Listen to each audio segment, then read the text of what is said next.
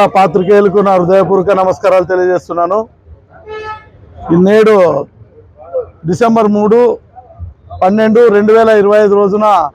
ప్రతి సంవత్సరం అంతర్జాతీయ వికలాంగుల దినోత్సవం జరుపుకుంటున్నటువంటి ప్రతి దివ్యాంగుడికి దివ్యాంగురాలకి నా హృదయపూర్వక నమస్కారాలు తెలియజేస్తున్నాను, శుభాకాంక్షలు తెలియజేస్తున్నాను. గతంలో ఎన్నడూ లేని విధంగా వికలాంగులు వైఎస్ జగన్మోహన్ రెడ్డి గారు వైఎస్ఆర్ కాంగ్రెస్ పార్టీలో వికలాంగులు కూడా నా ఎస్టీ, నా బీసీ, నా మైనారిటీ,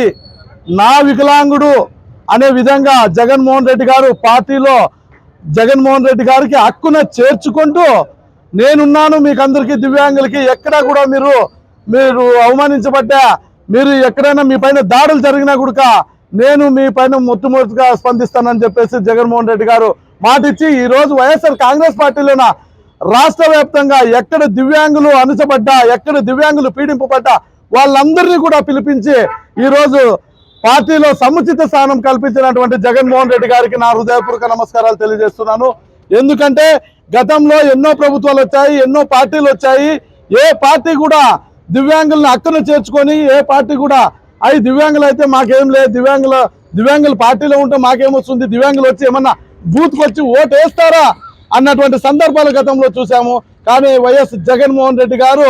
ఒక పార్టీలోన సముచిత స్థానం కల్పించి మీకు ఎట్టి పరిస్థితుల్లోన ఏం అన్యాయం జరుపుకోకుండా మీకు పార్టీ పెద్ద దిక్కుగా ఉంటుందని చెప్పేసి జగన్మోహన్ రెడ్డి గారు అన్నారు. అదే విధంగానే అన్న మాటని నిలబెట్టుకొని పార్టీలో ప్రతి ఒక్క దివ్యాంగుడికి దివ్యాంగురాలకి క్యాడర్లు ఇచ్చి పార్టీ కోసం పనిచేయండి, భవిష్యత్తులో మీకు కూడా నామినేటెడ్ పదవులు ఇస్తారని సగర్వంగా జగన్మోహన్ రెడ్డి గారు చెప్పడం వల్ల ఈ రోజు మేము ముందుకొచ్చి జగన్మోహన్ రెడ్డి గారి కోసం, జగన్మోహన్ రెడ్డి పార్టీ స్థాపించినటువంటి వైఎస్ఆర్ కాంగ్రెస్ పార్టీ కోసము ఆర్నిశలు వికలాంగులు కూడా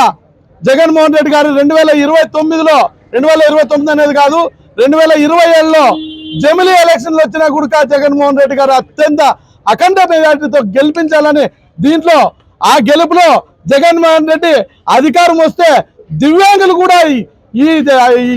ఈ అధికారం కోసం పోరాడినారు, ఈ అధికారం కోసం ఆర్నిశలు కష్టపడ్డారని జగన్మోహన్ రెడ్డి గారికి కూడా గుర్తుంచుకునే విధంగా కష్టపడతామని కూడా ఈ సందర్భంగా ప్రతి ఒక్కరికి తెలియజేస్తున్నాను.